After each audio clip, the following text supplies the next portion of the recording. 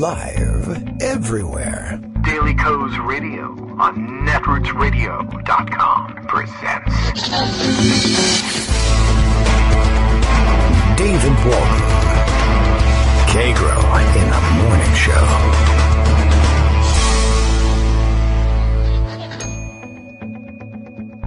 Now, here's David Waldman. Hey, good morning, everybody. How you doing? It is Wednesday, September 27th, 2017. Ready to move on with another live show. Plenty to cover today. And should be back to our regular Wednesday schedule today, which will mean Joan McCarter on return from vacation. Although, I'm sure you'd like to have your feet up and rest a little while longer. I don't know, maybe it was a working vacation. Tell us all about it, Joan, when you get here. Joan McCarter, our senior political writer, will be on the scene with us. We've got lots to cover about what happened and what didn't happen in Congress over the last couple of days. Greg Dworkin will be with us just a little bit sooner than Joan joins us to wrap up the news of the day, the headlines, what's happening out there, some of what's not happening out there. Some of the stuff will overlap, which is great because we get everyone's perspective on these things. That's what makes the show fun, important, and informing. Informative, I guess we would say, if we wanted to use, let's say the English language to do this program. Daily Coast Radio is live now, as we are reminded by professional English speaker Bill in Portland, Maine. Kagro X, that's me, semi-pro English speaker myself, spins the wheel of derp. Clickety, clackety, click. It's got all the sound effects and everything you need. That's basically what it feels like doing this show every day at this point with Donald Trump allegedly having been elected president. It never stops. And guess what? It lands our wheel of derp on derp. Once again, it's true. There's just no way to avoid it. There's so much to catch up on today. Let's see. Can we do short hits to try to make sure that we get to all the headlines? I don't know. Roger Stone testified in front of the Senate yesterday, and apparently, according to Think Progress, and I always like to believe Think Progress, lied his fool ass off. And we'll perhaps get a chance to discuss some of why we come to that conclusion. Special counsel over in the other corner, Robert Mueller, apparently now probing the flow of Russian-American money to Trump campaign funds. That is an important development as well. What other fun stuff do we have to cover? Roy Moore, nominated yesterday for the Senate seat in Alabama by the Republicans, in case you weren't sure, in case you still think that there isn't a dime's worth of difference between the two parties. That will set you straight, I think. But very few of those folks are still listening to this show. But okay, look, there's still those with objections to the official Democratic Party line, such as it may be, and it will vary depending on where you look. What other things do we have to look up on? The expensive charter flights continue. I guess Tom Price-Tag has suspended his current flights, but yet more crazy expensive flights surfacing, including a $19,000 private jet flight to Nashville, was it? Ostensibly for some purpose of office, but apparently he also decided to meet his son for lunch while he was hanging around. And, of course, Scott Pruitt over at EPA also taking these expensive charter flights and building himself a weird a cone of silence, I guess, essentially. $25,000 dropped on some sort of device that will... I don't know what. I guess enhances the privacy of his phone calls in the office, but you'd think that that was pretty much already taken care of. But hey, why not spend thousands more while Puerto Rico continues to get pretty much zero in the way of relief? The Navy hospital ship, the Comfort, has finally been dispatched. Things are starting to move. They've got photos in the newspaper of large vehicles with FEMA written on them being loaded onto cargo planes. Trump, of course, gave just the most ridiculous possible excuses yesterday. It's very difficult. Puerto Rico's been hard hit, but we're first of all, he started off by saying everybody's saying what a great job we're doing relieving Puerto Rico. It's too much accent. Puerto Rico from the hurricane. It's terrible. The place has been devastated. You're talking about a place that's like totally devastated because it's been devastated because of all the devastation that's devastated all the devastating there. It's totally destroyed. Still no real indication that he understands the status of Puerto Rico as part of the United States, etc. I saw a good retweet this morning reminding him, it's the United States flag that flies over Puerto Rico. It's time for you to respect it. Get up off your duff and get some relief to these folks who are cut off. He did make mention of that, and he used it as an excuse. Puerto Rico, it's an island. It's in the middle of the Atlantic Ocean, and it's a big ocean. A big ocean. It's not in the middle of the Atlantic Ocean. The Atlantic Ocean is a big ocean. That is true. Puerto Rico, not in the middle of that ocean and not all that far. A brief flight. We have boats and planes, all these modern vehicles. Again, still astonished that Trump has not taken the opportunity to fully deploy the military there. An easy, cheap excuse and a great way to look good in the news, and he's just not up to the task, I guess. Let's see, what other fun things are there to hit? Well, we'll probably talk about the fact that Jared Kushner's lawyer was fooled by an email prankster. Maybe we'll get to that in the interim after Greg Dworkin joins us to round up his version of the headlines. That would be what most of you would refer to as the actual headlines of things that happen. Good morning, Greg. How you doing? Good morning. I love that. So Greg is here to round up his own version of reality.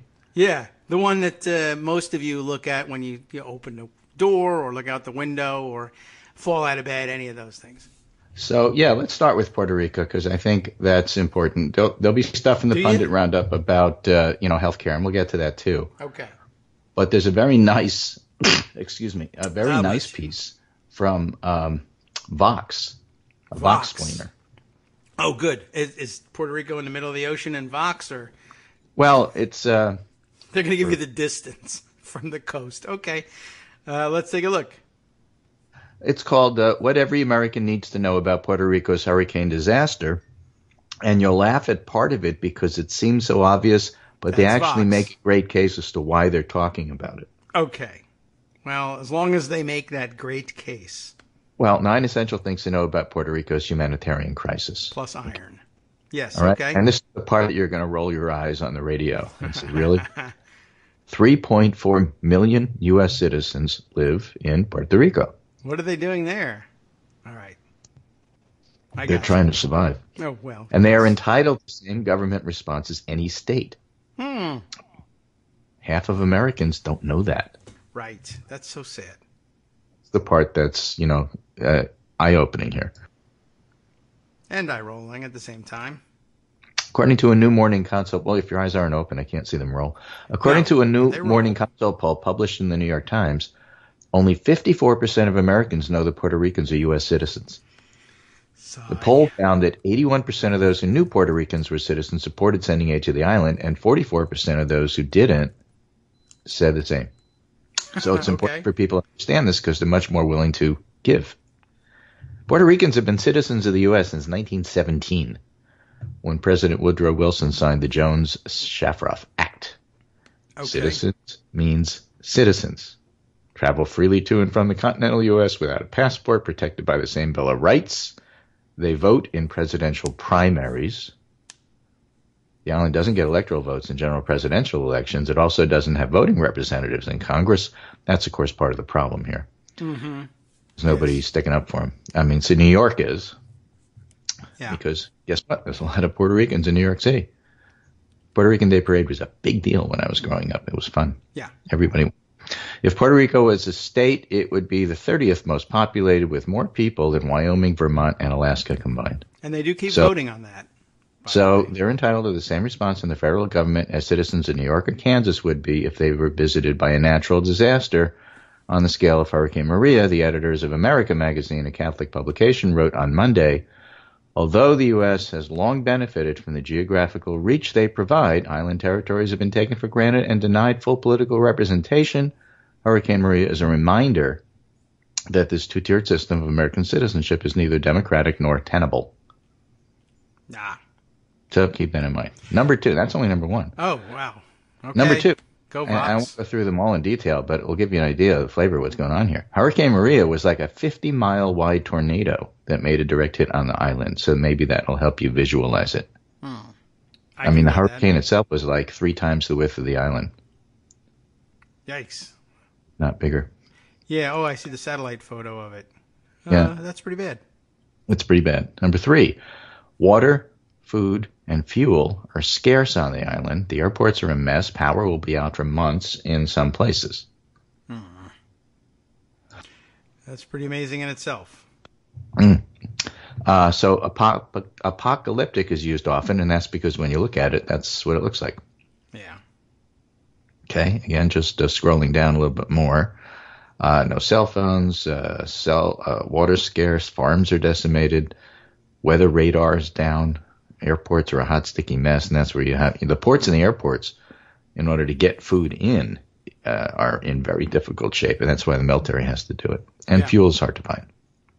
Number 4, Puerto Rico's economy is in shambles, and the storm will make it worse. Certain U.S. policies have contributed to Puerto Rico's economic deterioration. One of them is the Jones Act. Yes. Equated law that forces Puerto Ricans to pay nearly double for U.S. goods through various tariffs, fees, and taxes.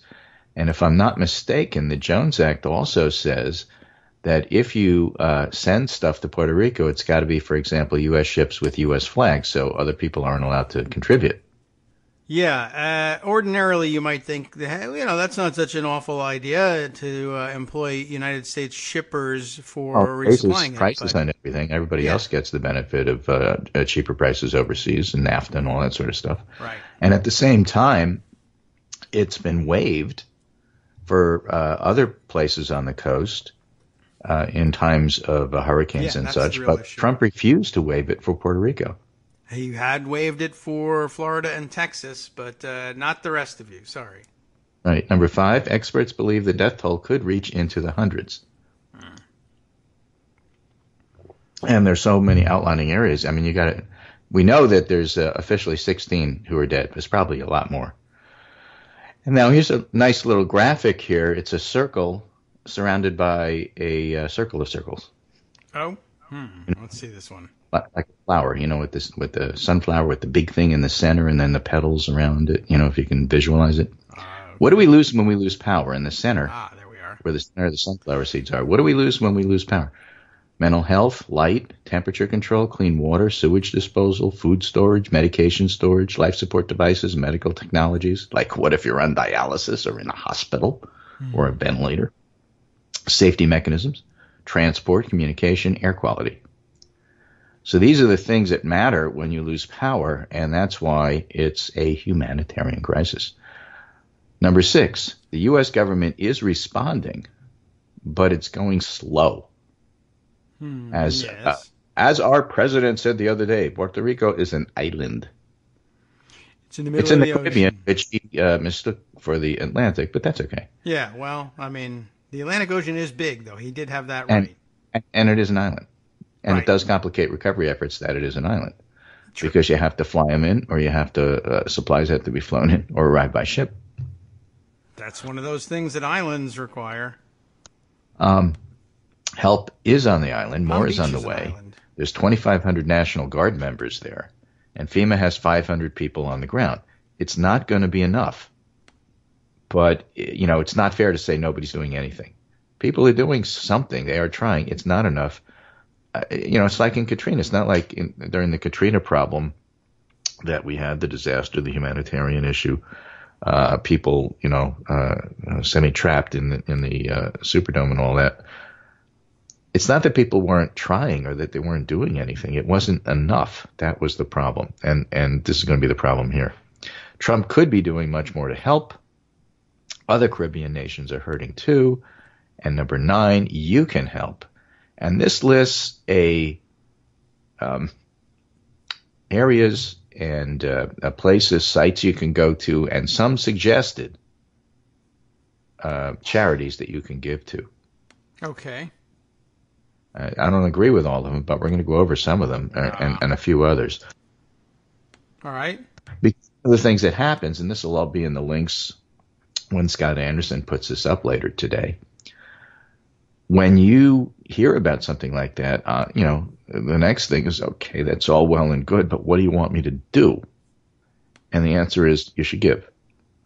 Where should you give? Well, the place I usually go to first is Charity Navigator. Okay. Because they charities and they often list local charities. Seems like a Now, good idea. it's a bit of a problem to give to local charities in this case, not that you shouldn't, but some of the local charity organization headquarters, places, etc., have been kind of wiped out by the hurricane. Ah. It's a little different than it was in Houston or in Florida. So certainly, I mean, they list the American Red Cross. We've gone over on the show why that's not my choice at all. I don't think a lot of the money you give to the Red Cross actually gets to where it goes, but if you want to give, that's fine. Charity Navigator has a Hurricane Maria page, and you can look there. One of the things that's there is AmeriCares. AmeriCares was there in Florida as well, and that was recommended by locals, and the same in Texas. And so that's a charity that's going to supply medical care, medicine, and health. And since that's so sadly lacking, that's not a bad choice if that's the way you want to go.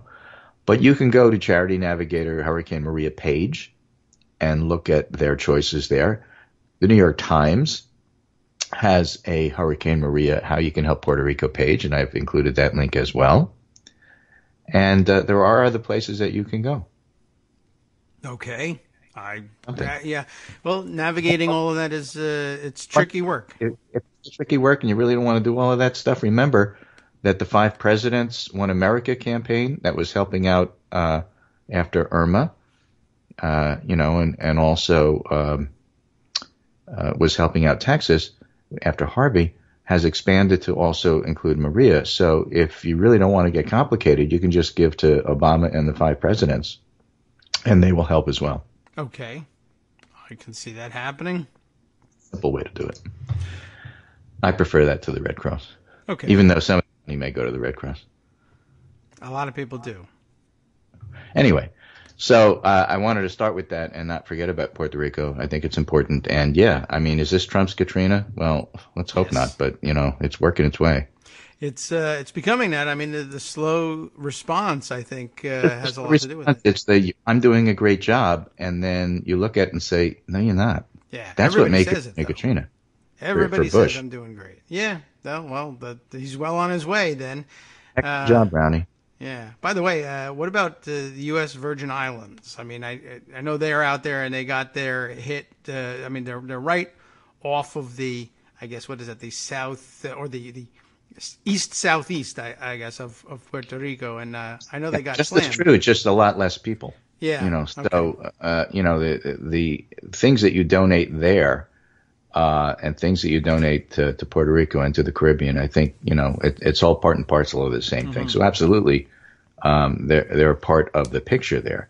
And then there are non-U.S. territory Caribbean islands which have been just totally decimated, like Barbuda. So it's really bad. Front. Right. It's been pretty horrible. I don't know why. I mean, I guess I bring up the U.S. Virgin Islands mostly just because as I'm looking at the map and I hear so many people having difficulty either understanding or believing that Puerto Rico is American.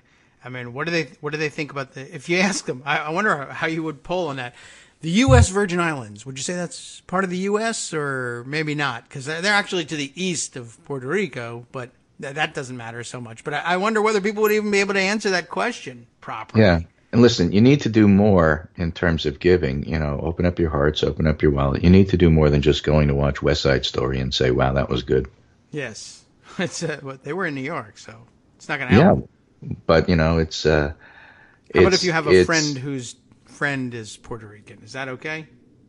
Well, I have to tell you, I was... telling this to Armando just to make him smile a little bit. But when I was in college, a good number of my suite mates were Puerto Rican. Yeah. And the funny thing was them trying to teach me Spanish. And the funnier thing was them trying to teach me how to dance. And it was just impossible. I learned salsa. I learned all about Willie Rosario and Willie Colon. I learned good music. I learned to appreciate it. But, man, I was awful. Well, sometimes you just have to sit and listen, I guess. Sometimes you have to start when you're 3. You know what I'm saying? It's really tough to pick up if you just try to start when you're 18 or 19. Yeah. Okay, I can see that being tough. But good story. Anyway, having grown up in New York City, and, to me, what I'm trying to say is that it's always been integrated into my psyche that Puerto Rico is part of the United States. Yeah. But that's not true for everybody. Hard to miss. I don't know. There's a lot of things out there that I am amazed that people haven't picked up on yet, including my reference. Well, how about to, this? If you can't accept yes, that Puerto Rico is part of the United States, how about if you don't fix it, China is going to. Oh, yes, right. And if you don't fix it, they're all going to move to your state, okay? I guess that's a backwards way of motivating because you people can't to do live the on right an thing. island. So if you don't help them, they're moving to your state, and right? They're voting, So if you're somebody who just can't wrap their head around this, do it for selfish reasons. They're going to come and be American right next to you. Nobody cared. Money is Look fungible. out. Nobody cares when you give, why you gave. Just give. Okay. I will. Right now, let's go. Let's end the show.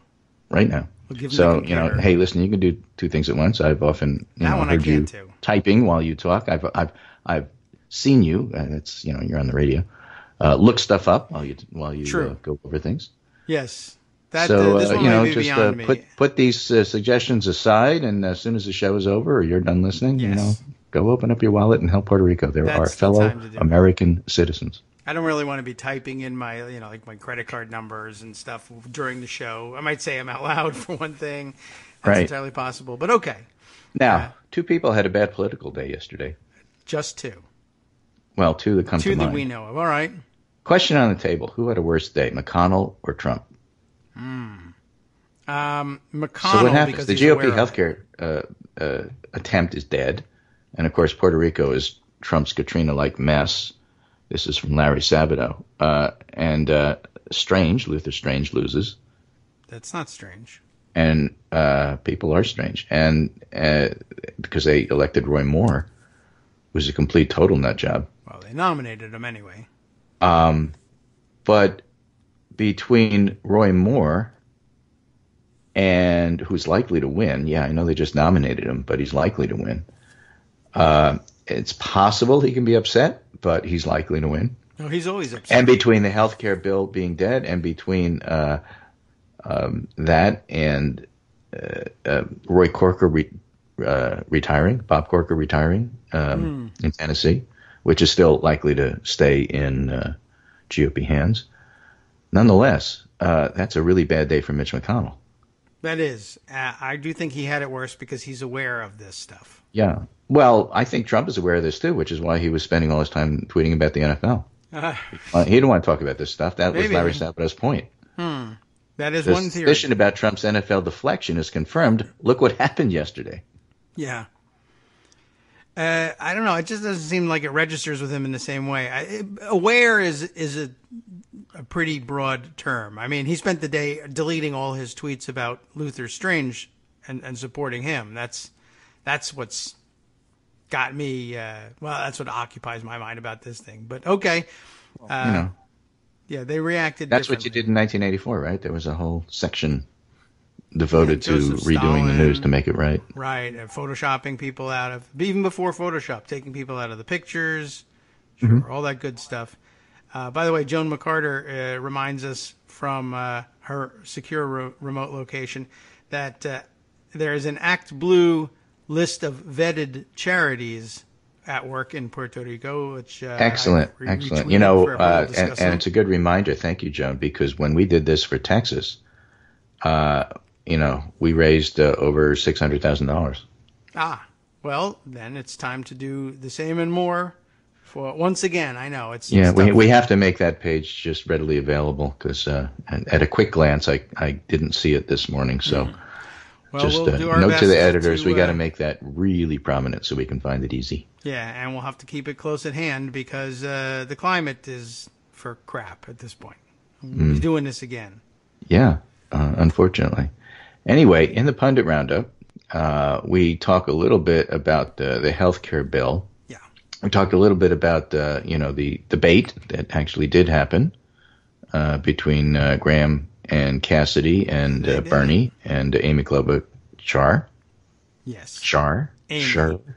However she pronounces it, I always mangle it. But it was interesting. And, in retrospect, I don't, again, have a problem with Bernie introducing the bill. I don't think there's anything wrong with the timing. The Republicans will use it to say we have to do something like Graham Cassidy because look at Bernie's socialism. That would have been true next week as well as last week. Remember, part of the complaint was that why is Bernie introducing the bill last week? He should have waited for Graham Cassidy to die and then do it. That's not going to stop the Republicans from running against it. So True. That timing makes no difference whatsoever, and it seems kind of a silly complaint. Fact of the matter is, it was a decent debate, and so now to talk about single-payer Medicare for all and things like that is now part of respectable society because, Graham and Cassidy were up there talking about it. Republicans were dealing with it, so therefore we're allowed to talk about it. It's a permission structure. It's good. And it only did good. It did no harm. Okay. Yeah, well, none of the threatened harm anyway, and the timing ended up working out pretty good, especially I like the idea of having to drag those guys onto TV while their bill was collapsing. Yes. I mean, Graham was visibly deflated. And it, good for them that they had to go on after the collapse, and they still had to go and lie about it, which, they just didn't. It's harder to lie when you know you've lost. Yeah. And you could see that, as they were going through the actual parts of the debate. So that part was fine. And Bernie did and Amy did a very good job of defending the Affordable Care Act. Very credible. Yeah, well, they did well. Things came off well. And, of course, I'm always hesitant to say that this thing is dead. And that's why we call it zombie Trump care. It's a zombie. It doesn't matter if it's dead. It's cause for celebration, but it doesn't necessarily mean things are over and done with. Right. Quick read, which I think we'll get in before the break. And this is Andrew Klein in USA Today a month ago. On healthcare, Democrats have two advantages. One, shared purpose, universal coverage achieved through aggressive government intervention. The other, willingness to achieve that goal incrementally. Yes. Yes. Well, that's the way it'll have to be. And incrementally, we'll take a break for station identification and then come back completely after this.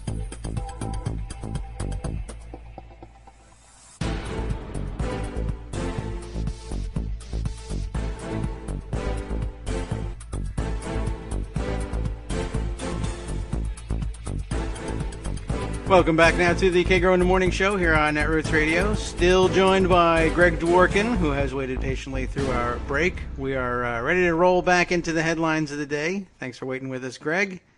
Where did we leave off when we were last? Well, we were just talking about Drew Klein and his point about Democrats having advantages over Republicans because they kind of have a sense of what they want to do with health care. And Republicans, of course, don't. They just want to overturn anything Obama ever did. Yeah. And that is not really enough to deliver on policy. And how do we know that? Because we just saw it.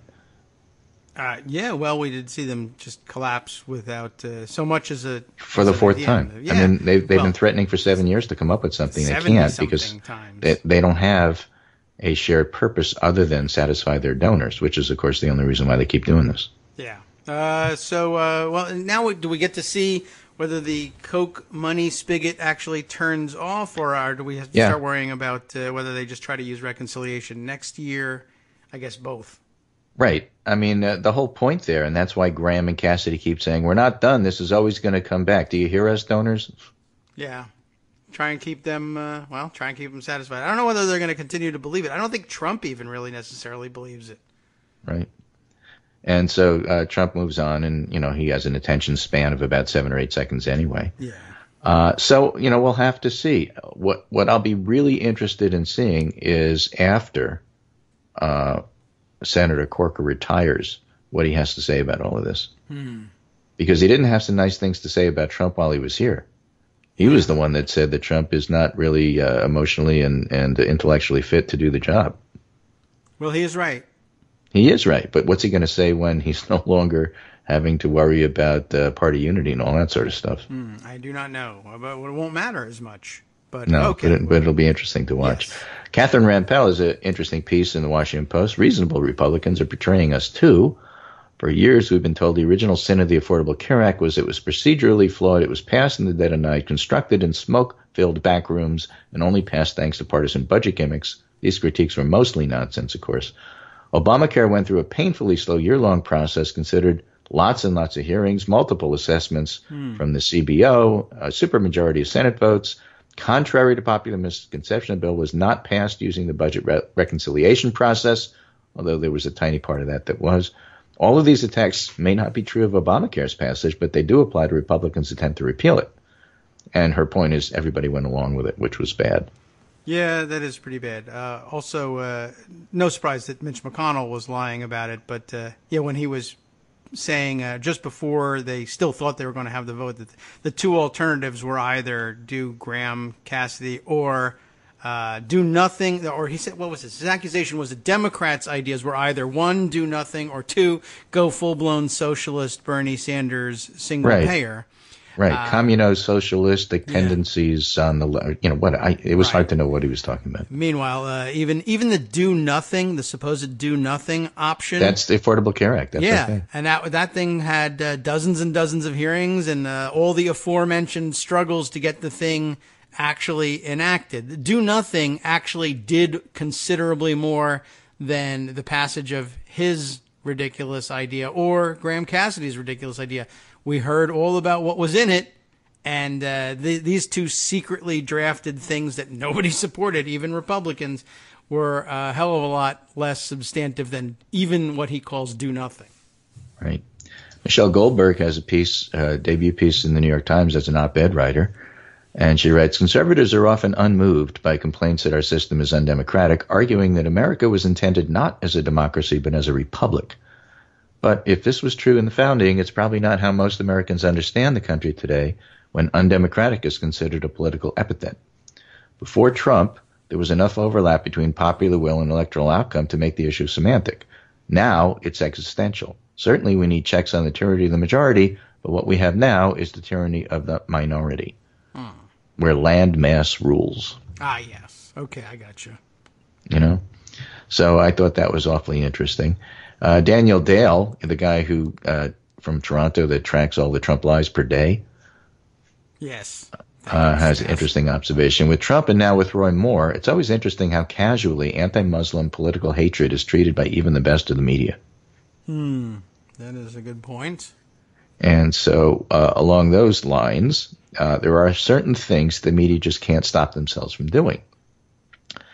And along those lines, James Fallows has a nice piece here in The Atlantic, why the New York Times should grapple with its coverage of Hillary's emails, and goes through the usual and familiar to us litany, that famous 10 days before the election front page, how new emails jolt Clinton campaign and race last days, plus several, cover-to-cover story about the emails. There were like 3 separate front page stories.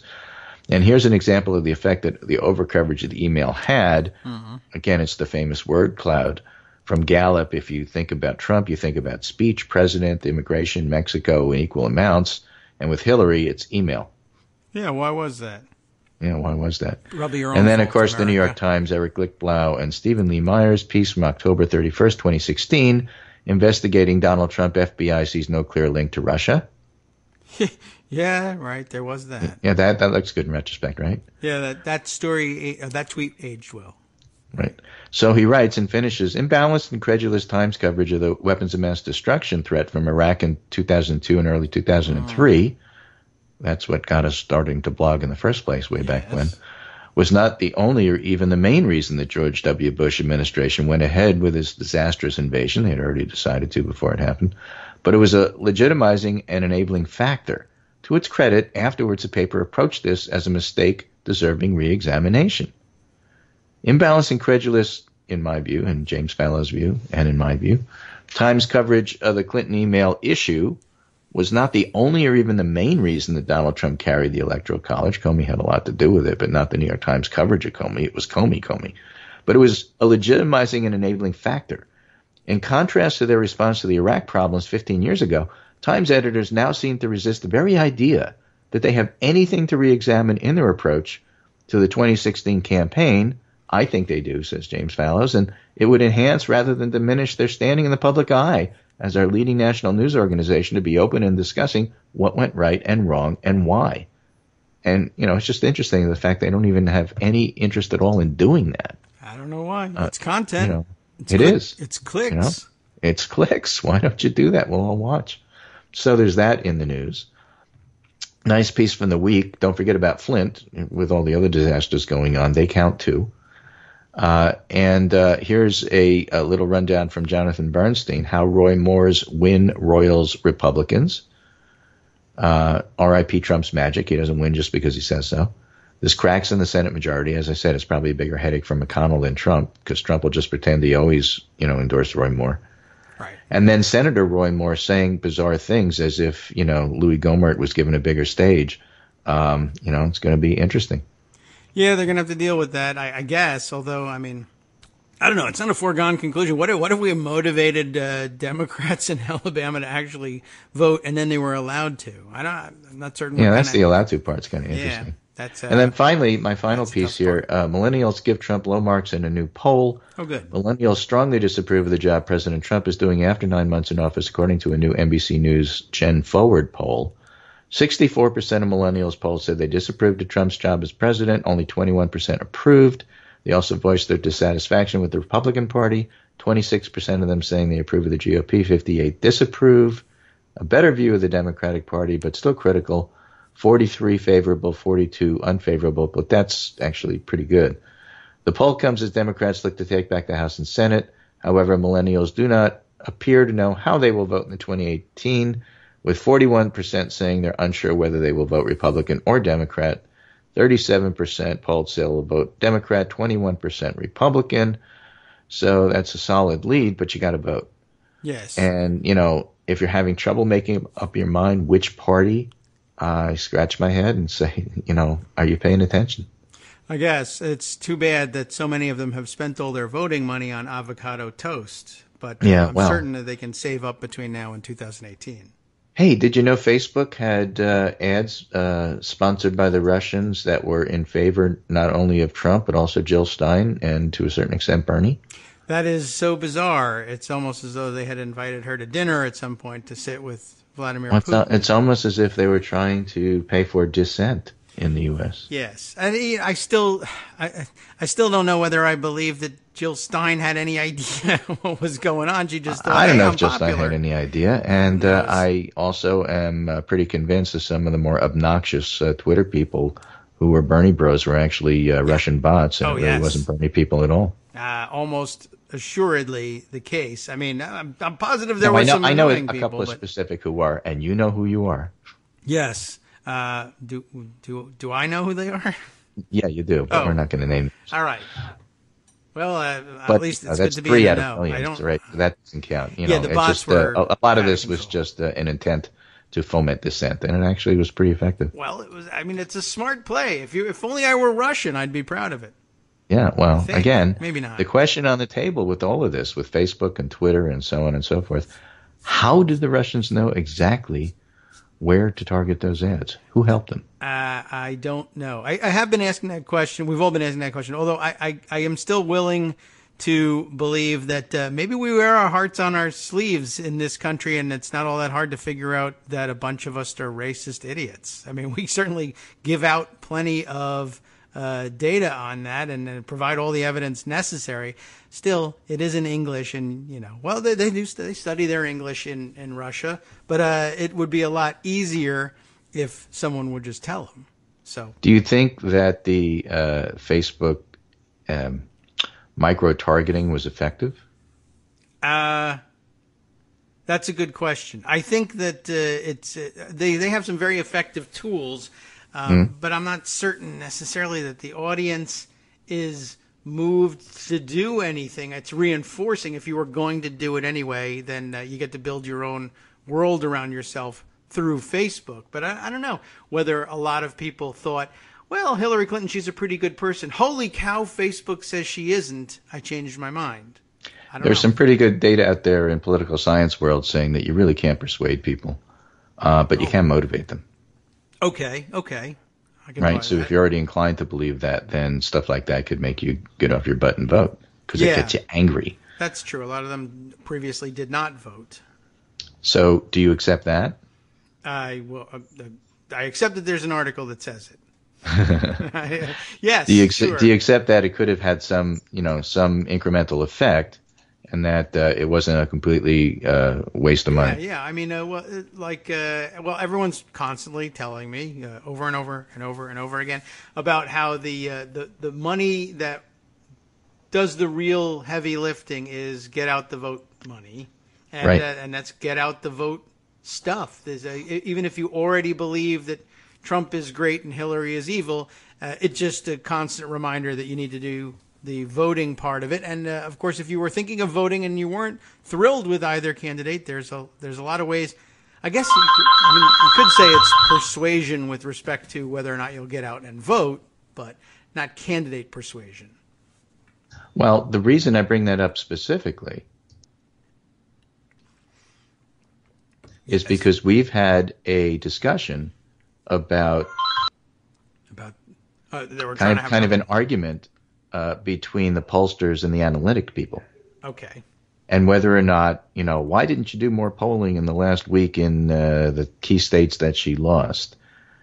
And, the analytics people say, who cares about polling? That doesn't tell you how you get people out and get out the vote. The analytics stuff does. That's where you should have spent your money. And the discussion we're just having is, why is analytics important? And that's why I brought it up. Okay. So it helps to illustrate the dynamic between the old style. If you just polled in the last week, you would have known who was ahead or who not. And what good is that information if you're not going to do anything about it?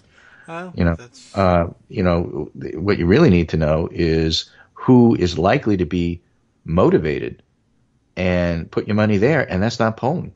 You should already know that. Well, you should have known that 5 weeks ago or 10 weeks ago or 6 months ago. And so spend your money on the analytics, local ads, Facebook get them mad stuff.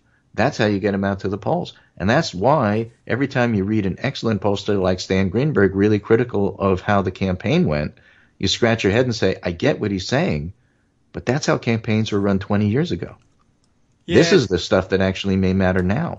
I guess that's where Facebook becomes particularly useful, is the speed and with which you can do these things. Of course, the targeting as well, and that's a part of the speed component. A broadcast message takes a while to filter down, and polling has to be a part of it in the sense of we're checking to see whether this works.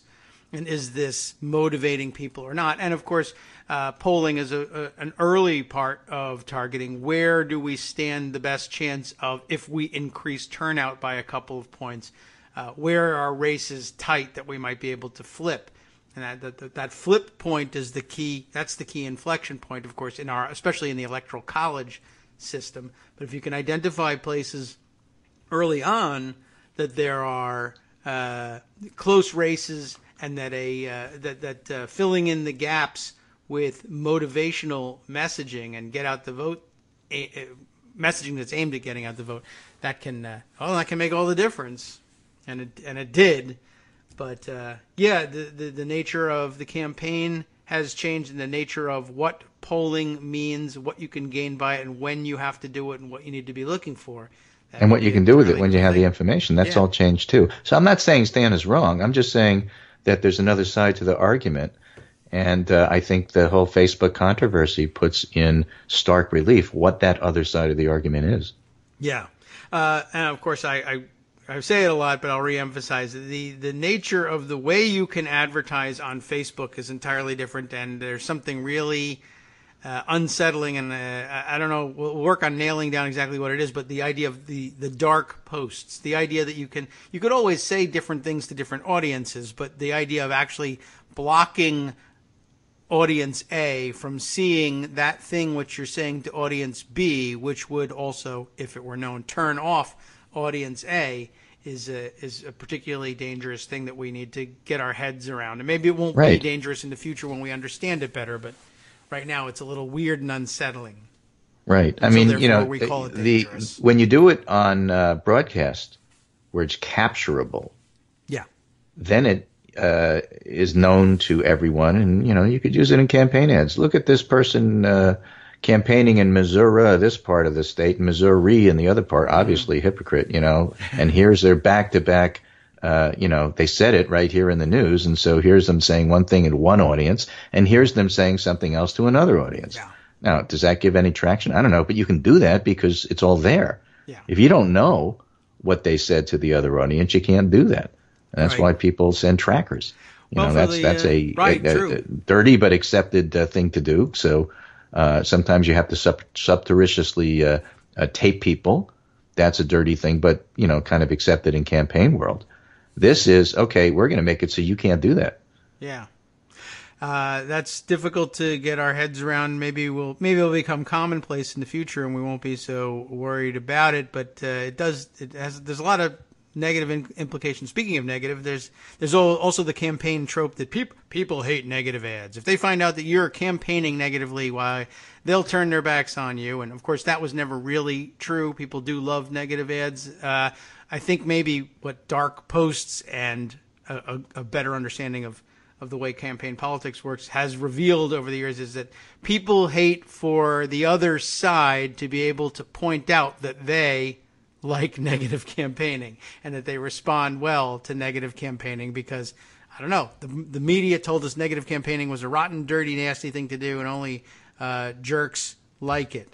But yeah, let me play you 72,000 times this negative ad. Yeah, right. And then that way, just to illustrate the point. Just how bad it really is. And now you can absorb all of that negative material without the guilt of having the other side find out that you enjoyed it and went out to vote based on the motivation it gave you. Well, again, let's get down to the concrete here. So Donald Trump tweets, spoke to Roy Moore of Alabama last night for the first time. Sounds like a really great guy who ran a fantastic race. Yeah. Spoke to him for the first time. Yeah. He will help to make America great again. Yeah, I figured that out in 5 minutes. Okay, so Trump does this, and Robert Costa tweets, in recent days, Moore has referred to reds and yellows and pulled a gun out of his pocket at a rally. Yep. Great guy. Making Great guy. America great again. And But the point I'm making here is, good. Please. What if he used Facebook, just as a theoretical, yeah. to target individuals that his analytics had told him, and he was putting all these ads out about reds and yellows coming to your town, about people moving from Puerto Rico because of the crisis. They're going to take over your town and start voting, and the official language is going to be Spanish. Not crazy, because he's already said that there are towns where the official law is Sharia. He's one of those guys. And what if he was doing that on Facebook? And you didn't know because you didn't have access to it. Yeah, and you may never know. And you may never know. So this is just a concrete example of how this is disturbing. What if the president said he supported that, even though yesterday he actually said he was for the other guy, and then he started erasing all of the official White House messages where he said he supported Strange, and history simply recorded that he always supported Moore. Now, that's probably actually true, but it's also actually true that he's out there deleting tweets after telling everybody that this is how he gets around the media. These are his official statements. This is really Donald Trump speaking. He's erasing it as he goes along. Oops, I may have made a mistake after all, and I'll try and erase some of that because personal responsibility, and I own up to my mistakes. I say when I'm wrong. No, he doesn't. Yeah, he does, because he said, I may have made a mistake in endorsing Luther Strange. Where did he say that? At the Luther Strange rally. Which he then erased. The whole thing is gone. Nobody went to it. Yeah, pretty strange. So, I just I like looking at this Facebook thing in terms of concrete examples because I just find that makes it more disturbing. It's not an abstract, this might be bad. Here is how it might be bad. Yeah. And you look at that and say, oh, my goodness, if you're using Facebook, private Facebook pages to organize Nazi rallies, if you're using private Facebook to do really racist and obnoxious and horrifying advertising, I mean, what if the dark side of Facebook that you can't see is actually Reddit? Yes. Well, we do have some specific examples of that, and maybe I can I'll run through some of them in the interim, perhaps. But right. I'll leave you with that, just those thoughts, because I think they're important. But I'll wrap up. And is Joan going to be on the show later? I hope so. I think so. She's already tweeting, helping us out with the list of verified charities. So which I just assume she lives so up to her obligations. Thank you so much for that, Joan. In the meantime, This is Greg Dworkin speaking to my friend David Waldman Kagro in the morning. We're all friends here. And I will be back sometime, I think tomorrow. Yes, that's a good day for it. How about that? If you're here, I'm here. All right. Doesn't that make it our time? Yeah, I think so. Take care, and I'll talk to you. Okay, very good. Thanks a lot, Greg. He'll be back tomorrow, and we can discuss. We can discuss the follow-up material that I will cram. And this is something I was thinking of saving for later in the week, just because it could stand for some expansive treatment. We can always come back to it. This was what I hinted at that J.J. McNabb was up to the other day. I hinted that it was her latest work, but of course it's been a couple of days, and so there's probably something else. But this is a good follow-up. The more of the hair on fire dangers of Facebook, and it is. There's some very weird things going on here. Very creative people. They're evil geniuses, but they're very creative people. By the way, that brings me to one item of news for the day. I think I put this one aside here somewhere, but if not, I can tell you that why is it not here? Anyway, I think I saw it tweeted out. It might have been okay, what's the point? I'll just get right to it. AP reporting that one of the biggest names, I guess, if there are famous people famous for disseminating fake news via Facebook and others, has died. And he was not an elderly gent. He was a relatively young man. I think I can double back on my own Twitter feed here and find that one. Sometimes I lose track of what gets put in pocket versus getting just straight retweeted out there to share the information with the Twitter audience. And it's a tough call sometimes. I'm not certain I'm going to discuss these things on the air. So those things that I'm pretty sure I'm going to discuss on the air, I put in pocket. But otherwise, I just retweet them and everybody gets to share in the news. Sarah Kendzior retweeting a story from the AP, datelined Phoenix, as in Arizona. A leading purveyor of fake news on the 2016 presidential election has died outside Phoenix at the age of 38. Maricopa County Sheriff's, remember who used to be sheriff out there? The spokesperson for the new sheriff there, the new sheriff in town, if you will, Mark Casey, said Tuesday that authorities discovered Paul Horner dead in his bed on September 18th. That's always, now there's no signs outwardly, according to the report, of any foul play here, but it is interesting how many people connected to, either directly connected to Russia and its interference in elections around the world, or tangentially connected, which I guess could be argued about Horner here, are just turning up dead. But no indication that that's the case here. Casey said the Maricopa County medical examiner performed an autopsy which showed no signs of foul play. In fact, Horner had a history of prescription drug abuse, and that evidence at the scene suggested that this could be an accidental overdose, which I guess shouldn't surprise you. A guy that makes his living dealing in the scummy world of fake news and scamming dollars off of unsuspecting idiots is also a drug addict. And unfortunately for him, not for the rest of us, quite frankly, he ends up possibly killing himself with an overdose. Horner was known for writing false stories and disseminating internet hoaxes that often went viral on Facebook and hoodwinked thousands of people. They include a story falsely claiming President Barack Obama was gay and a radical Muslim, which is difficult to do at the same time. But I'll tell you, if anyone's capable of it, boy, that Barack Obama, he's a smart guy. He could probably pull it off. That's why it became so believable, I guess. Maybe that's the reason, right? Not just racism. The stories were, of course, widely shared. There was another one saying protesters were being paid thousands of dollars to demonstrate at Trump campaign rallies. You remember that one. Trump believed that one and repeated it at his rallies quite often. Horner took on greater prominence during the presidential election when false stories were widely shared on social media during the race between Trump and Hillary Clinton. In an interview with the Washington Post, and I think we probably read it too, Horner said he thought Trump won the White House because of him. Horner said Trump's supporters didn't fact-check his stories before posting them.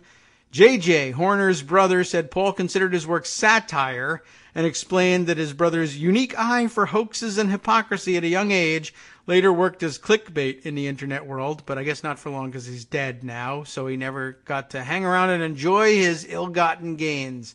That satirist, that That naughty, naughty satirist. Well, anyway, take it for whatever it's worth. There are bigger and better stories. J.J. McNabb was pointing to more really surprising things. She started this thread, and it's an important thread, and I don't know whether we have time to get through all of it, but she started the thread by pointing out that a current problem, militia extremists, that's who she covers, are being agitated to take up arms against Antifa, the anti-fascists. I don't know whether to say anti-fascist, Antifa, and I've heard Antifa as well, which reminds me of Antigua, which for no particular reason.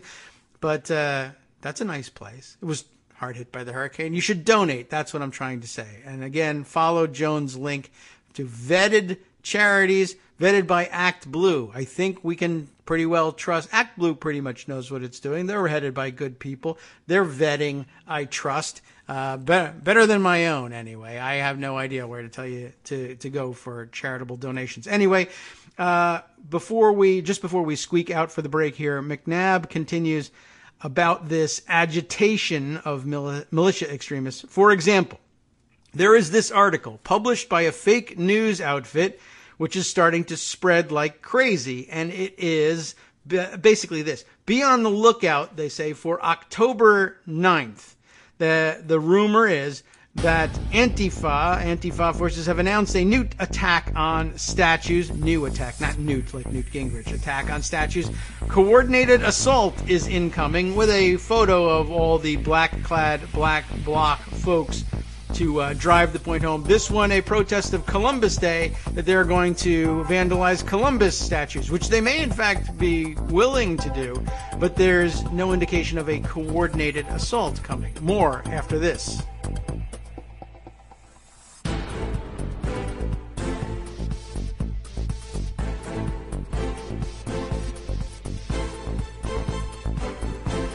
Welcome back to the Kagro in the Morning Show on Netroots Radio. Thanks for hanging on with us through our top of the hour break.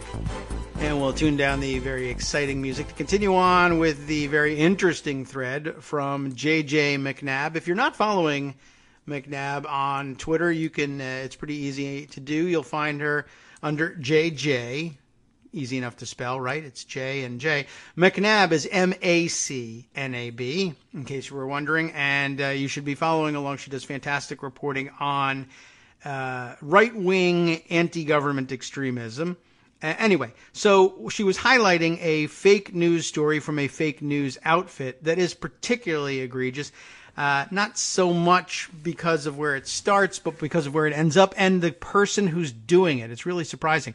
So it starts out, the kernel of truth behind it is that I guess perhaps maybe there was in fact a call for Antifa members to deface Columbus statues on Columbus Day, but just sort of a general call out there, like, is anybody interested in doing such a thing? Which is not a great thing to, necessarily be doing on social media if you're worried about, getting caught or arrested, and these people really aren't.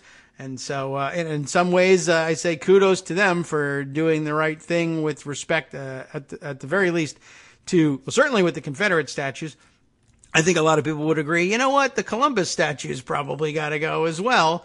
And, you encounter a different set of problems, of course, when you are considering these things, but they have a good point to be made nonetheless. And, hey, I remember from The Sopranos that real Italians don't really care very much for, or at least real Southern Italians don't care all that much for Columbus anyway. It was a famous episode. You remember that one? Anyway, it's a touchy subject now, statues in the public square. And the Columbus thing, well, we still have some consciousness raising to do on the Columbus front. I don't know that it will be as easy to carry people along on the Columbus front as it was initially, and it wasn't an easy thing by any stretch of the imagination on the Confederate side. But the case is more immediate and obvious, perhaps, on the Civil War front, whereas we have a lot of what has passed for historical education, I guess, in our high schools to undo on Columbus before we get to a widespread understanding of, well, the horrible things that Columbus perpetrated. in his day. Anyway, that's not the point. Bigger was that there was a call or some discussion of defacing Columbus statues, and that this guy turned it into this idea of there being a coordinated nationwide assault, and that militias needed to go on the offensive to be ready to defend statues. I don't even think I guess it's not that hard to imagine militias deciding that Christopher Columbus was somebody that they needed to come to the defense of, because again, our education system and how bound up he is in the idea of America, even though he was Italian and working for the Spanish crown and didn't land in mainland America. And the places he landed, by the way, you don't give a crap about because it's just been destroyed by a hurricane, and you're doing everything you can to prevent helping any of the people who live there. So, I mean, the idea of celebrating Columbus and his journey and the historical aspect of it when you don't give a good goddamn about what happens to the places he actually landed is a little bit of a joke. But then again, so are all of you. Anyway, it gets worse. So then the same guy, I guess, continues. It's not enough. He's not riling, I guess, enough people with the idea that there's a worldwide conspiracy to damage Columbus statues, which I guess stands to reason. It may very well be that these militia guys are like, honestly, who gives a goddamn what happens to a Columbus statue? I don't. So it had to get worse. So he began disseminating a different video, and the video was titled Officer Warns, and it looks for all the world like the guy's a police officer in this, and I've given away the game already. Officer warns Antifa to declare civil war on whites before year's end. She directs us to read the comments, but I warn you, you probably should not. You know what's in those comments. But how about that? And not only are they don't like or you don't care that they're going to damage Columbus statues? Well, how about this? They're going to declare civil war on whites. And very soon at that, because it's coming up to the year's end. The theme of the piece was, of course, the video, our leaders won't step up and take care of this, so we have to. And that's something that you hear often in militia groups, JJ tells us. You should sort of maybe take some time to go and take a look at the video on Facebook, which is at the page. I'll click through to it and tell you about the page. Hopefully the video won't play on its own, but Our Vets Before Illegals is the name of the Facebook page, to give you some idea of what they're doing over there and what they're like. That's the name of the Facebook page. Anyway, so there it is. Antifa sets date for civil war. And you know you shouldn't do that. You want to declare your civil wars by surprise, of course, right? Everyone knows that. Even Trump knows that. So JJ goes on to say, this whole thing is a variation of the oft-heard quote in militia circles, if not me, then who? If not now, then when? Which is ironic, as she notes, because that is actually an ancient Jewish proverb, but they hate Jews. I don't know if anyone has told you that. Anyway, militias thrive on hate and the need to feel vitally important. Antifa is the enemy du jour, but there are others. Consider this fake news story published by a liberal troll out to make money off of right-wing extremist clicks. And I don't know. I wonder if that's, I don't know who's the troll we're talking about. I wonder if it's Paul Horner, the guy who just died. We can find that out later on. The story they're pointing to here is Georgia Mosque keeps Hurricane Harvey donations. Will send to Syrian refugees instead. That guy thinks he's a liberal troll out to make money off of right-wing extremist clicks. He knows what works anyway. Fake news sites, though, JJ says, are going to get people killed. The I'll do what the government won't cry has been going on for years against Muslims. I'll just take a short diversion to point out, I'll do what the government won't was what the guy who showed up with the rifle at Comet Pizza was all about. I came to check it out for myself. Luckily, I mean, he wasn't already just convinced that he knew what was going on and just began shooting massive numbers of people. But basically, he thought he had come to his conclusion, and he knew the government wasn't going to do anything, so he was going to show up. It is going to get people killed. We're that close. But yes, this agitation has also been going on for years against Muslims. It will be Muslims who get killed pretty soon. A chilling video posted by an Oath Keeper says, it's time for the citizens to pick up where the government has left off. A link to that Facebook post. Spend time on any of the militia Facebook groups and you'll see that they are hammered nonstop by fake news and other propaganda. And it's effective. The Officer Warns video has been viewed 3.25 million times in 3 days. And it's probably up even further than that. I did open it up. Let me see if it's got a count on it. I'll probably have to go to it on YouTube to get that count. But you get the idea. It's been shared even more times, not even more times, but more times than just the 3.25 million. There's another couple 100,000 maybe. What do we see? 53,000 something shares just on Facebook alone. So it's been shared. Oh, yeah, there we go. Shared more than 50,000 times and more than 11,000 comments so far. But I'll tell you, I'll skip this next bit in the thread, and I want to go back to it because it's vitally important to following up on Greg's discussion. But in order to complete the discussion about that officer's video, if you're curious about the officer in that video, JJ says, he appears to be a U.S. Marshal. Here he is in the full video, and it's a link to the YouTube video with the following message attached to it. Antifa has got to go. If this doesn't piss you off, then something, it trails off. It goes beyond the text allowed here. A call to patriots, all caps now. Antifa has called for civil war on their website, and it is even holding a fundraiser for it. Antifa members have blah, blah, blah. Lots of outrage. So JJ says, I grabbed a better screen of the logo behind his head, and it's filmed, by the way. He's in black garb. He's got a radio attached to the collar of his black shirt. He's got a ID tag like a cop. He's in a car that looks like a cop car. Well, there's a logo behind his head. This logo that she enhanced, not the U.S. Marshals. Does anyone recognize it? She asks.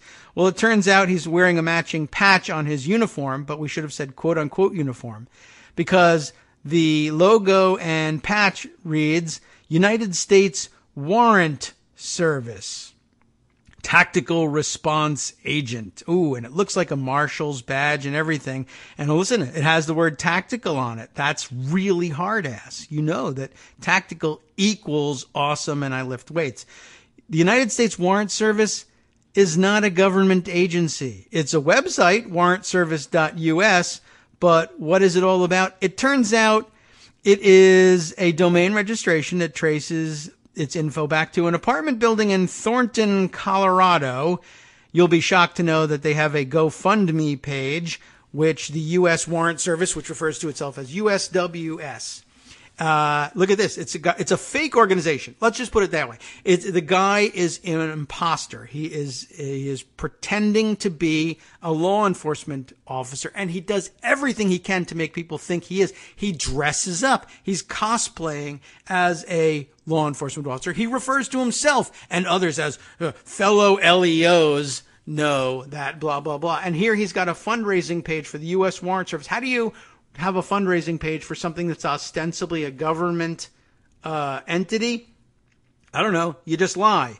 USWS Rescue Operations and Aid. This is the GoFundMe appeal. United States Warrant Service is tasking all available personnel to rapid deployment to the state of emergency in Texas following the hurricane. We are working with the blah, blah, blah. But if you want to support the brave first responder men and women in this photo, and it's a picture of probably National Guard personnel in their camo and putting on life vests so that they can go and do water rescues. It has nothing to do with anything. There's no such thing as the United States Warrant Service. No USWS Rapid Deployment Force exists. But in case you want to help them because you're a patriot and you want to help them conduct rescues, you imagine he's skimming rescue and relief effort money off of actual relief efforts and pocketing it for himself. Who is this guy? The agent, quote unquote, who made the video goes by the name Jordan Peltz, P-E-L-T-Z, JJ tells us.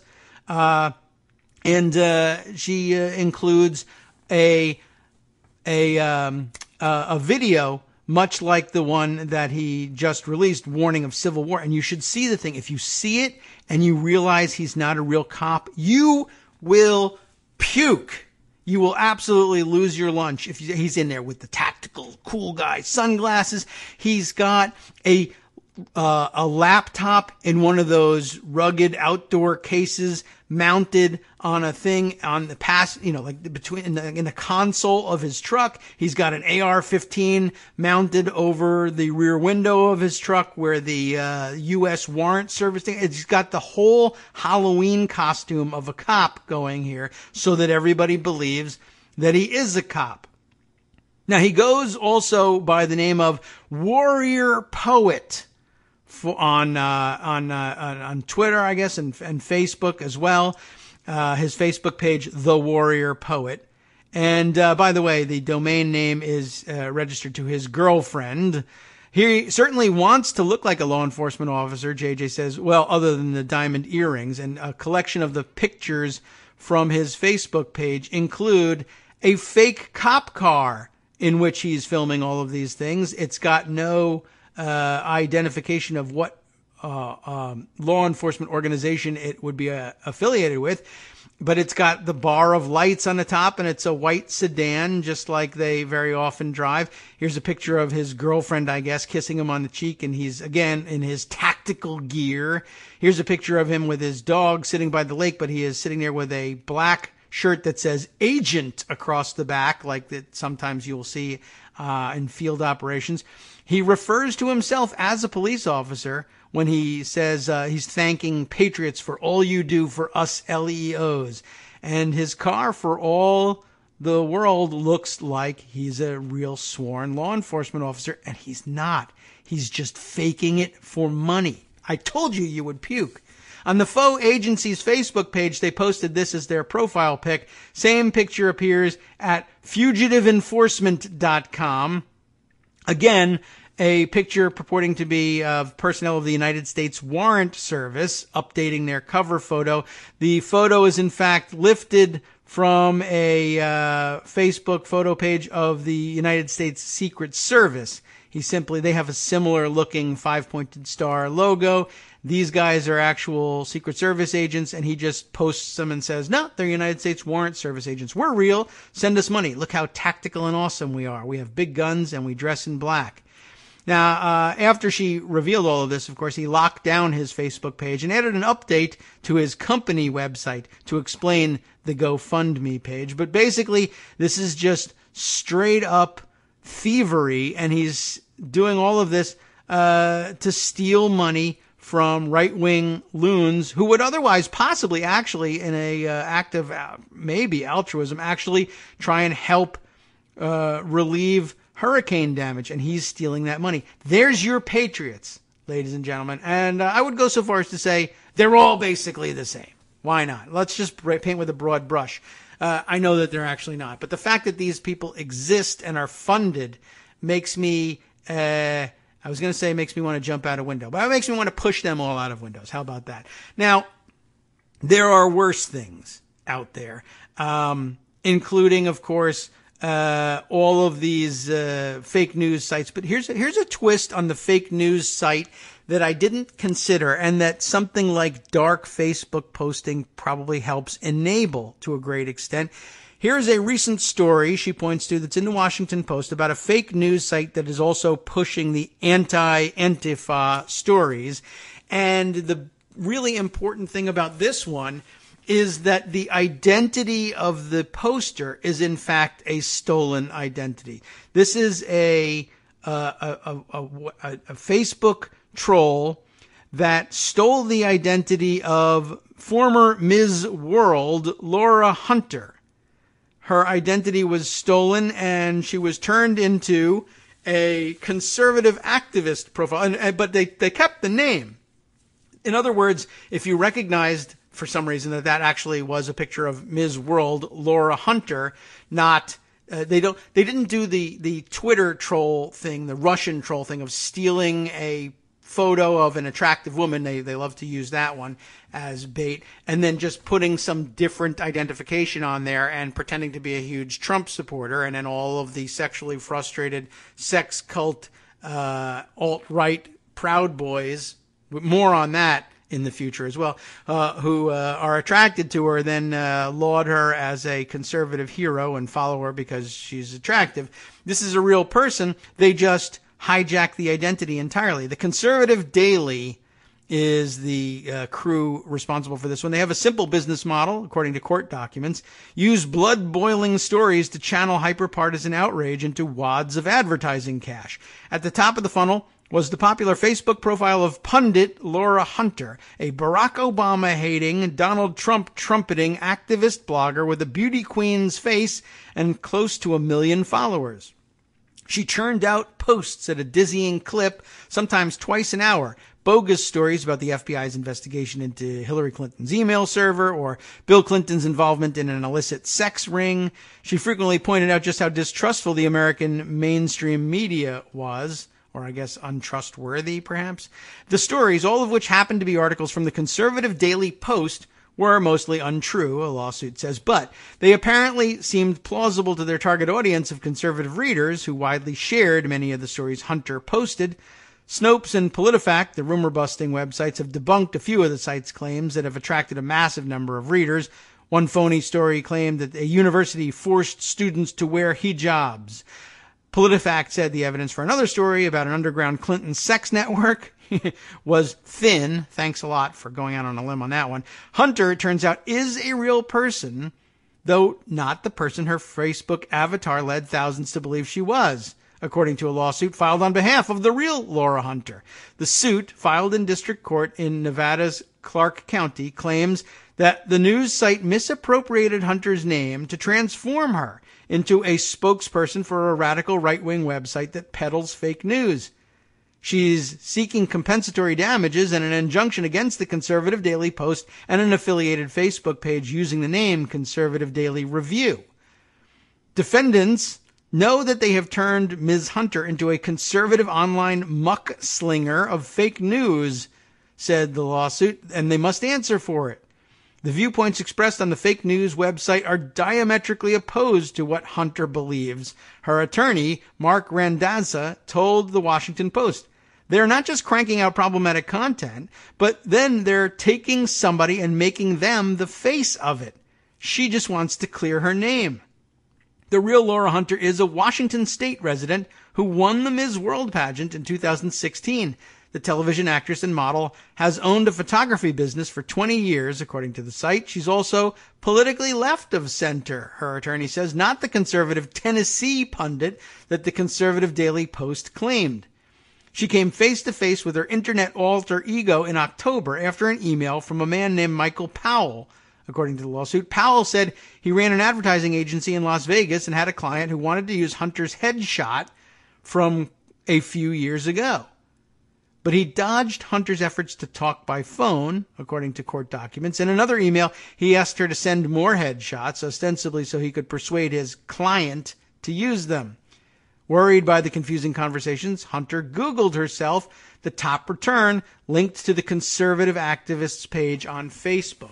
Now, again, I had hinted at this because of the story about dark posting. And it turns out that they weren't hiding this from Laura Hunter or anyone else, I don't think, with dark post targeting. But imagine what you could get away with if Googling didn't turn anything up on this whatsoever.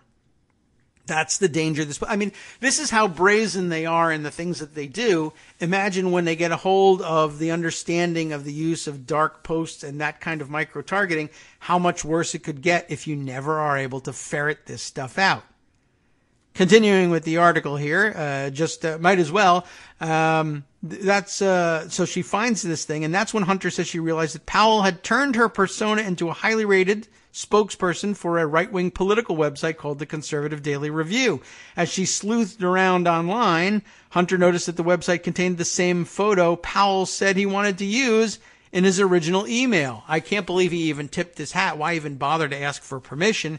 He could have just stolen the thing. It's very odd that he even tries to get connected. Beneath it all was a bogus autobiography, which has since been deleted. Went like this. Laura Hunter is a well-known blogger and political activist known for her constant stream on Facebook.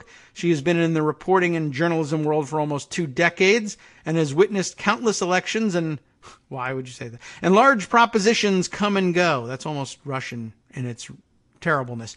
Currently, her passion lies with grassroots parentheses movements within America that look to put the Bill of Rights back on its rightly throne. This does sound rather Russian, doesn't it? Laura Hunter is single, and enjoys living with her dog in eastern Tennessee, because her dog hates western Tennessee. When she isn't writing or looking to spread the word about true patriotism, she enjoys hiking and camping with friends and family and having sex with Proud Boys. They might as well just put that one in there. You can get her too. Powell and others named in the lawsuit. Stanley Shilov, I guess. It's H-I-L-O-V. Beard stroking. Chris Kachaturian. Wow, another moment. And Meng Yang, which is not really a moment, didn't return calls or messages seeking comment. Powell is the president of Gravitas, which owns the site, according to court documents. The other men are listed as executive officers. Since the lawsuit was filed, Hunter's picture has disappeared from the Facebook page, and in its place, a cartoon image of a brunette woman with hazel eyes, like her. Many of the old clips written in her name have been documented in Hunter's lawsuit, which claims Powell and others had a sophisticated fake news operation with a sizable staff. The proliferation of fake news hit its apex during the 2016 presidential election. You know all about that. For some, it serves obvious political aims, but others have made thousands hawking bogus stories to people seen as both gullible and hyper-partisan. I wonder why Steve Bannon thinks we think the people of Alabama are a bunch of rubes and morons. Okay. Well, Joan McCarter is ready to join us here. Let's bring her in and say good morning. Hey, Joan, how you doing? I am doing well. How are you? Well, I'm agitated and upset, but that's okay. I hear that, and I was writing a piece to go up and kept listening to you, and you're why I'm late. Yeah. Oh, well, I'm hurting the site now, of course, by taking you away from it. But I think everybody gets the idea here. This one was really astonishing to me, and here it was written up in the Washington Post. When was this? This is from March 2nd. I missed this one entirely. I guess it's not surprising in light of what we've learned about the way people used Facebook and fake news and what we know about Russian bots and the way they use Twitter. But I don't know. The fact that I missed this one and the particular dangers that this kind of identity theft on top of everything can pose. I mean, I don't think anybody's going to threaten to kill Laura Hunter over any of these things, but certainly, I mean, she's an actress and has a real business out there. I would guess that at some point she was in danger of getting angry mail saying, I'm going to boycott any show or any movie that you're in, or I'll never hire you or whatever. But I guess, I don't know. I didn't get all the way through the article. Maybe that already happened, but I guess, I don't know, more sinister in all this, of course, is the weird overlap with the alt-right sex cultists and the weirdos, and how if you just steal a picture of an attractive woman and plaster that on there and then start spewing garbage, you'll get 1 million followers and you'll be able to actually make a living off of the advertising dollars just based on people who are, I like conservative reinforcement, but if you put some eye candy there too, well, hell, we'll get you up to the number of followers that you need. And here it is, three dudes along with four guys in a basement somewhere pretending they're a hot chick who's also a super conservative activist and spewing their garbage. And why they wouldn't put their own faces to it, gee whiz, I have no idea. But it seems extraordinarily nefarious, and dark posting can only enhance the problem. And well, thankfully, at least some investigators are on the trail of this Facebook stuff. It's amazing what developed out of it, but evil creative people exist too, and they take advantage of the platform that they built over there at Facebook. Meanwhile, of course, I did delay you, and that means you've called in right before our next break. But we can use the time to discuss, to organize our thoughts, and there we go. Get ready. There we go. So our music doesn't come just yet. But what's been going on? What were you posting on before I distracted you? Mitch McConnell's very, very bad Tuesday. Yes, he did have a bad It was Tuesday. fun to think about Mitch McConnell's very, very bad Tuesday. Yeah. Well, it's entertaining. We got about we'll be out in about 20 seconds here, but we'll talk more about that. Greg did bring that up. We were trying to decide whether he had a worse Tuesday or Donald Trump did, and I don't know. I think because he's self-aware to some extent, maybe it was McConnell. I think so. All right, we'll return to it in just a minute after this short break. We'll be right back.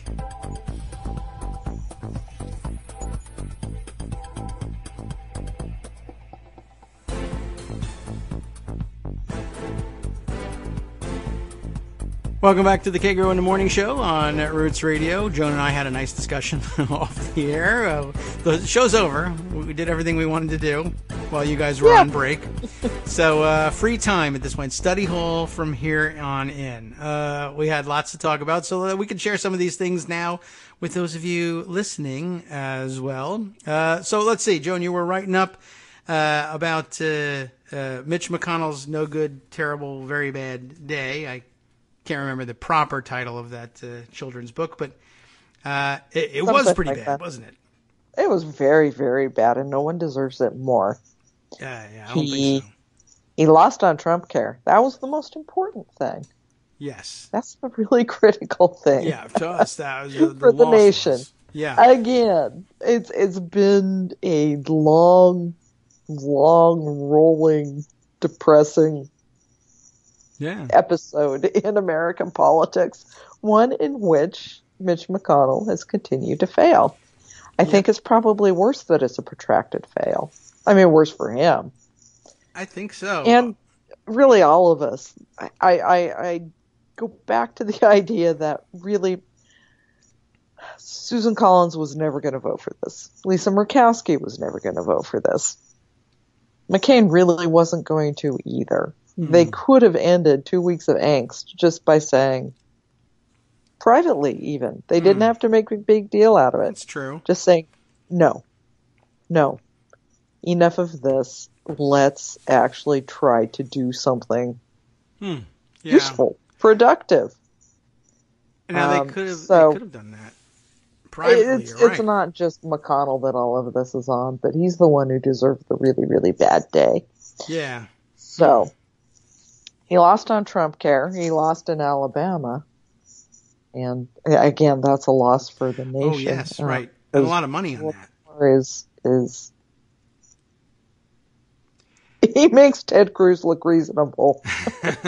Well, that's an investment all by itself. Ted Cruz should have been paying for Roy Moore's election. There you go. And he may have been. I don't know. He's got Donald Trump out there publicly trashing him after they had a phone call and kind of came to a truce. And Trump kind of shut up about him. That's all over now. Okay. And he's both privately mocking him and publicly trashing him. Ah, yes. So he's got that to deal with. And then, of course, there was this basketball team. Kentucky, which Kentucky team? One of them is caught up in this investigation over Adidas bribery. Oh, I didn't know that. Okay. Yeah. And McConnell is, or he's just sad about it because it's from Kentucky. It's just his team. Oh, okay. Well, that's a good kick in the butt. Why not? Just on a personal note, screw you. But let's just add something completely unpolitical to the whole mess. Right? Why not?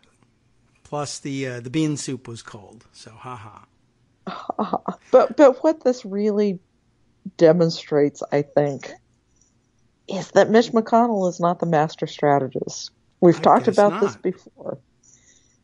What McConnell does is obstruct and oppose. Yes. He tears things down. He does not build things. And his reputation as a master tactician has really been undeserved. We've talked about that for months now. And in that he really rose to be majority leader on one thing the one thing that's coalesced Republicans for nearly a decade now is opposing Obamacare. Yeah. And the promise to repeal it. He came into office clearly not having a plan to do that. And that shows now. He can't lead. He can only destroy. Yeah. Because the kind of thing that got him there, got him to the majority in the Senate, and for his successes against Obama was just stubbornly opposing things. Yeah. And refusing to budge. And you can't corral a group of 52 senators with that same tactic. Although, I mean, you can, it may be that, I guess the best possible spin you could put on it is it may be that the only idea around which you could, in fact, get that group of senators to coalesce is the negative, the opposing Obama on all fronts. And I say it's maybe the best spin you could put on it is he may his one true moment of tactical brilliance may have been recognizing that, except that that's a position that you could really just fall off a log and come to. I mean, it doesn't take anything to land on that. Everybody, Republicans were mad at having lost the election, and uniting them against the guy that beat them isn't particularly brilliant in any way. No. So, well, yeah. Beyond that, he was good at using Senate procedure to obstruct largely because Democrats for a very long time allowed those procedures to be used to obstruct. And some of those were tactical decisions, others not so tactical and smart, and they ended up reversing them. But that's pretty much it. He's very good at knowing what the rules are and how mad he can make you in the service of the one and only thing he ever came up with as a strategic goal, and that was opposing Obama. And then you can only have 8 years of that, no matter what happens. Yeah. And then you get stuck with Donald Trump. Yeah, that wasn't supposed to happen, but... No, it wasn't supposed to happen. He was supposed to be able to continue this tactic and have, quote-unquote, success against Hillary Clinton. Yes. So the worst thing that ever happened to him for his reputation was Hillary Clinton losing that election. So, pretty much. Okay, well, too bad for you, Mitch. You got too bad for all of us. Yes, well, that's true. Oh yeah, I'm here too. I forgot. Yeah, I'm suffering. I forgot about that.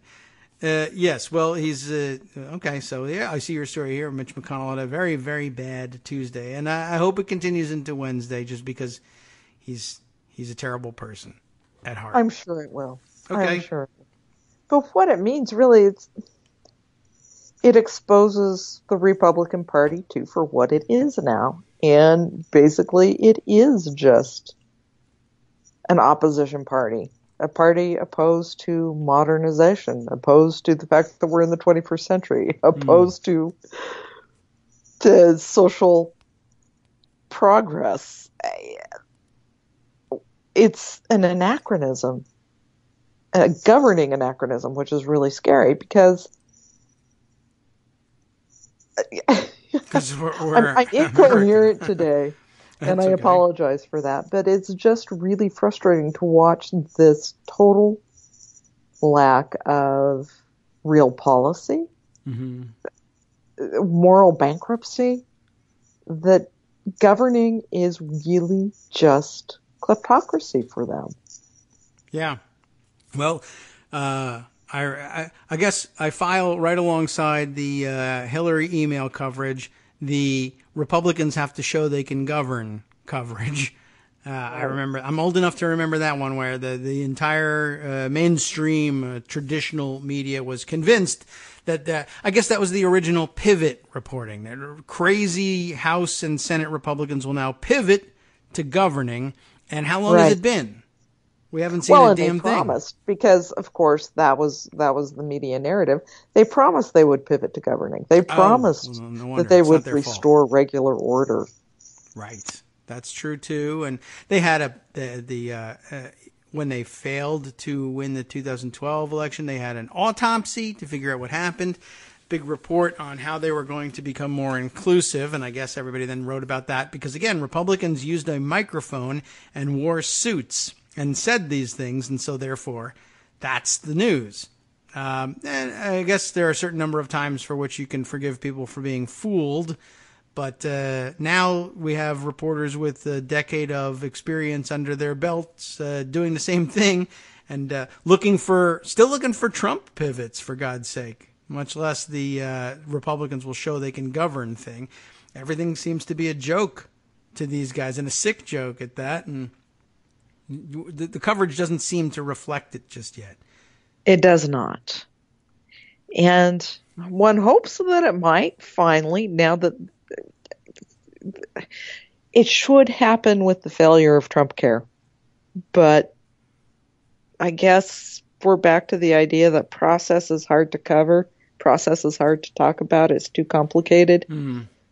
So Maybe. Let's just talk about the next crazy thing Donald Trump does or says. I guess. Even though there's another major supposed reform movement pending, another legislative vehicle, and they're now getting wind of some of the details of the supposed tax reform plan, and of course the first headlines out of it. And I guess kudos to the media for generating the headlines that it did out of it. It's exactly what you would expect from Republicans if Republicans were really nothing more than cruel pranksters.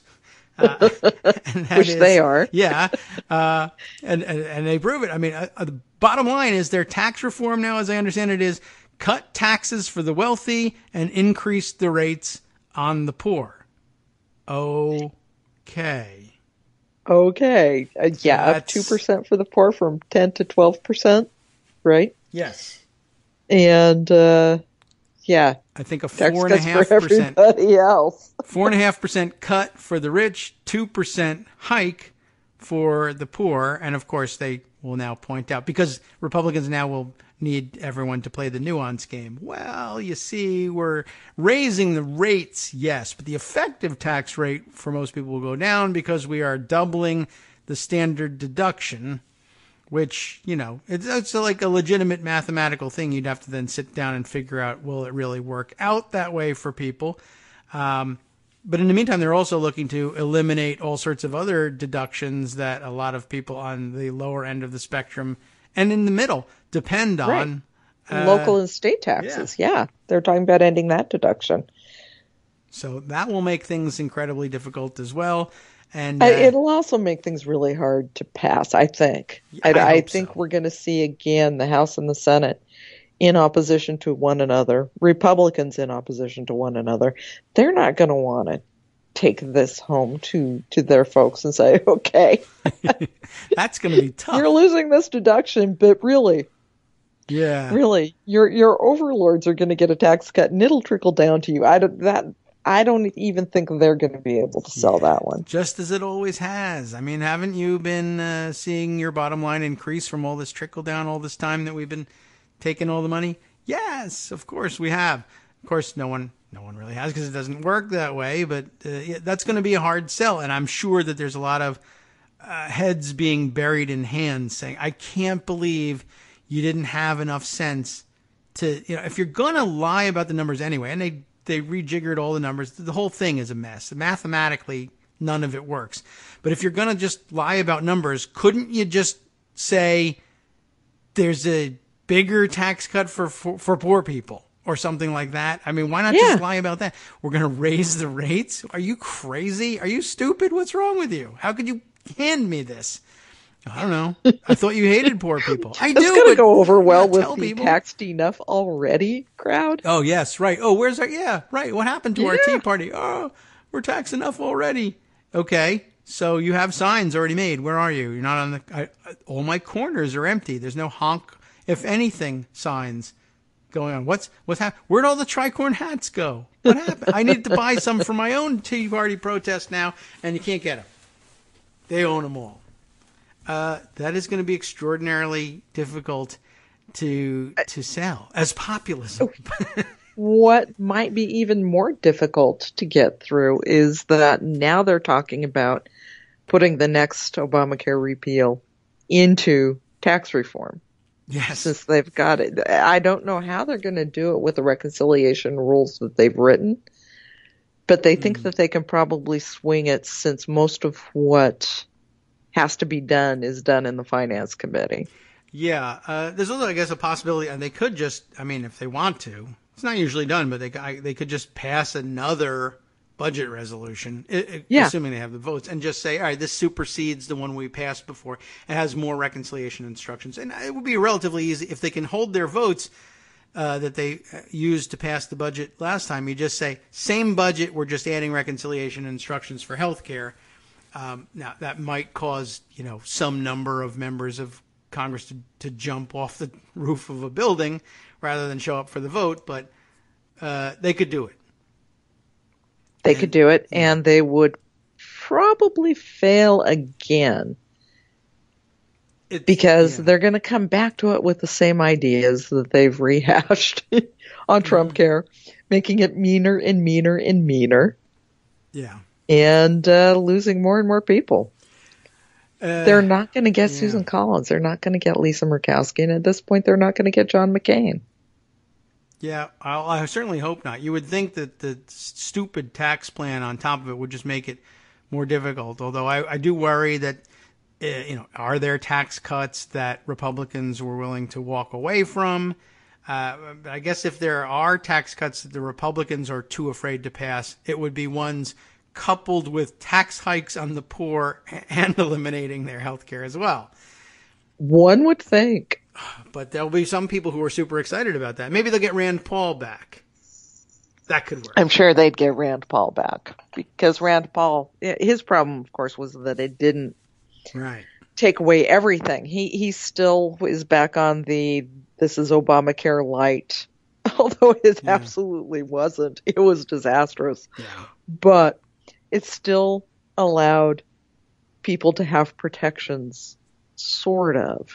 On paper, maybe, or at least you wouldn't be discriminated against because of your pre-existing condition, and you wouldn't face annual and lifetime caps again, supposedly. Although states, of course, could have done away with those things if they wanted to. That was not enough for Rand Paul. Yeah. All of that has to be gone.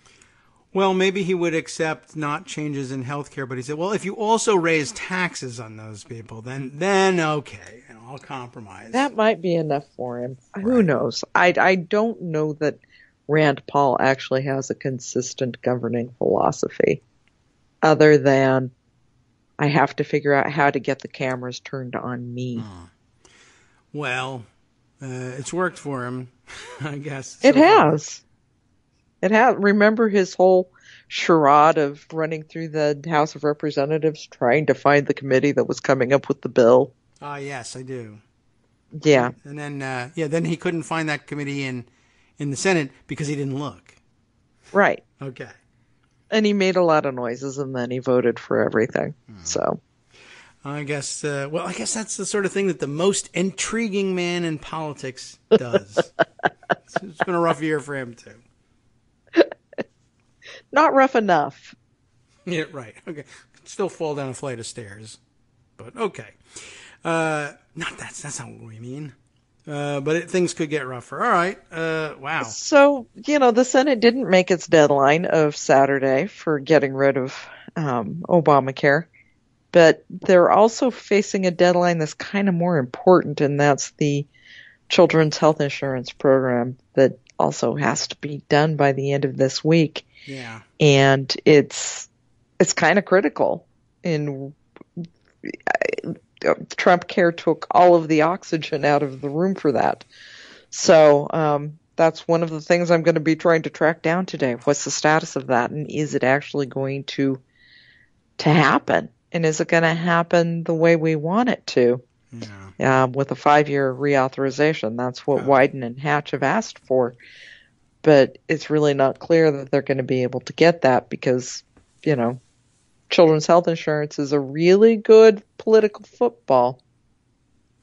So we'll see what happens. All they'd have to do, I mean, it would be a simple piece of legislation, I think, to write to simply reauthorize the program for 5 years without making any changes. But of course, people will want to make tweaks. But if it was an emergency, well, the fact that it has to be reauthorized every year, and it is such a popular program, and it is a must-pass bill, means it's easy to play games with. That's true too.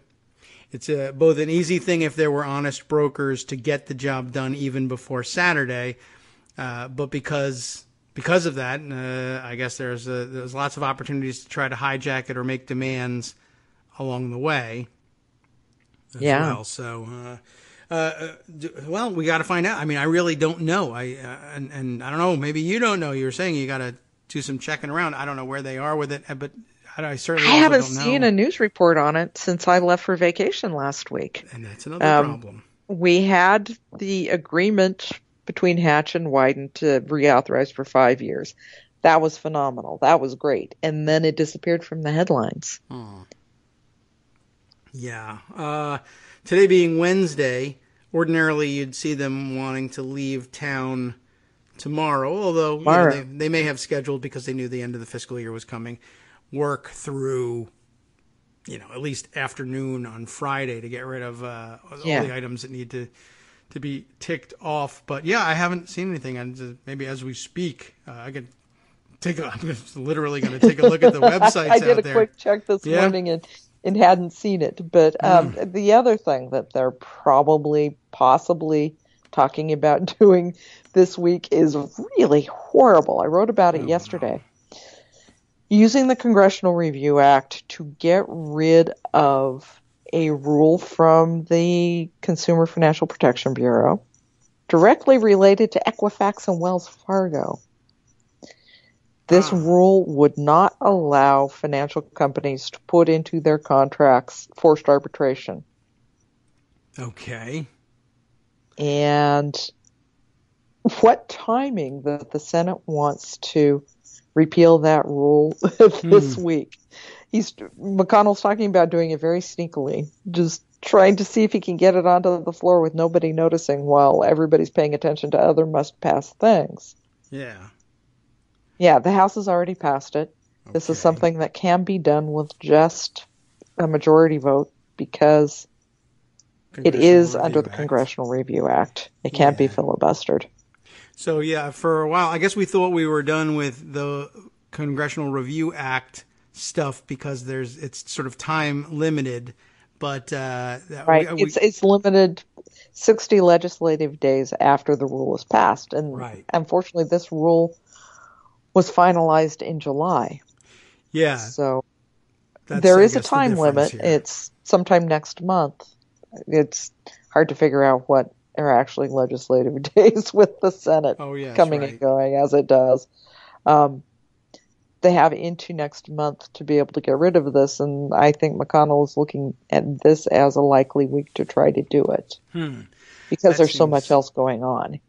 Oh, okay. So he wants to bury it. He can just sort of slide it in, and nobody will notice. Well, we'll see about that. I don't see anything. What it would do is prevent consumers who are defrauded by, say, Equifax, who have all of their information hacked, or cheated by Wells Fargo from joining together in a class action lawsuit. It would prevent class action lawsuits against these companies. Of course, because they asked for it. Because they stand a chance at losing those suits or losing more money than they do in arbitration. So somebody's going to do their bidding. Yep. Because they're low on cash. It's going to be Mitch McConnell. Okay. Well, not surprising. So, if you have a chance to call your Republican senator, you don't have to call them over Obamacare and Trump care for the rest of the week, but you can call them about this. Right. 202-224-3121. Sure. And you can say, hi, remember me? I have another problem. Yeah. You guys aren't pivoting. Don't take away my right to sue for damages done to me by Wells Fargo, Equifax, and all of the other banksters. Yeah. I have always been amazed by the Republican antipathy to lawsuits. And I know that it's because they're pro-big business, but I mean, it says it's for all the small government stuff and bring things back down to the people. The idea of preventing juries of people's peers from sitting in judgment of individual cases. That's as small government as it gets, as local control as it gets. But they can't stand it because it means that any money that's lost in court isn't available for political donations to them. So that's bad news. As far as that's got to be it, yes. That sums up their whole tort reform thing, another pipe dream they've been working on. They probably voted on tort reform as many times as Obamacare repeal and gotten pretty much nowhere. And a long list of things that they've failed for decades to get done. I wonder why anybody has any trust in them at all. One wonders. Well, it must be the tricorn hats are too tight. It's the only explanation. All right. Well, let's see. What other things can we squeeze in here as we begin to get ready to close out the show? Any other things coming up or something? Those are weird? Sort of the key things on my bailiwick. We're, of course, going to keep track of what's happening in Puerto Rico and keep trying to shame our president into doing something about it. Yes. Well, it won't be shame that does it, but certainly we can drive him to it. I guess the thing to do is to call him up and say, you're doing a great job, and the job would be even greater, and I have more great things to say about you if this arrived in Puerto Rico. Maybe that will work. It seems to motivate him. Maybe. That could be the role of the elected officials from Puerto Rico or anybody who cares at all about fellow human beings and Americans. The website that you pointed out to Greg and I that Act Blue has got a list of vetted charities. Are you able to contribute to them through Act Blue? Is that the idea? Yes, you can. It's like we had set up for Harvey, where they had found local organizations. You're provided a list of them. Let's see, we've got Humane Society of the United States Disaster Relief Fund. That's excellent. Humane Society will direct to Puerto Rico. Hurricane Maria Community Relief and Recovery Fund, Hispanic Federation, Port Light Inclusive Disaster Strategies, United Way of Puerto Rico Community Foundation, and Taller Salud. Okay. So, yes, these will all direct money there. They're all set up, capable of getting the funds and getting them there. It's because of the loss of electricity and because of everything else going on, the devastation. Getting stuff to folks on the ground has been difficult, but these are all organizations set up to do just that. Not necessarily in Puerto Rico, but able to direct it to them. So, and it's not the Red Cross. Okay, well, there's that advantage too. Getting things there is a difficult thing. If only there were an organization at Donald Trump's disposal that's designed to deliver personnel and material anywhere in the world at a moment's notice in case of emergency. Even to an island. Yeah, right. Imagine if Iran were an island, we would be able to get there. We'd be able to deliver. He's just not interested in deploying the military for peaceful purposes, I guess. I'm amazed that he would pass up the opportunity to put on the commander-in-chief hat. But so far he has managed to refrain from doing so. Although there are lots of theories about why, and we'll explore some of those perhaps later in the week. Thank you, Joan, for coming by. You are most welcome. Covering items for us there on the front page of Daily Coast, trying to figure out just what the hell's coming next. Sorry I delayed you. It's all right. Okay. Well, talk to you next week. Thanks again. We will. Look forward to next Wednesday. Thanks again, Joan. Take care.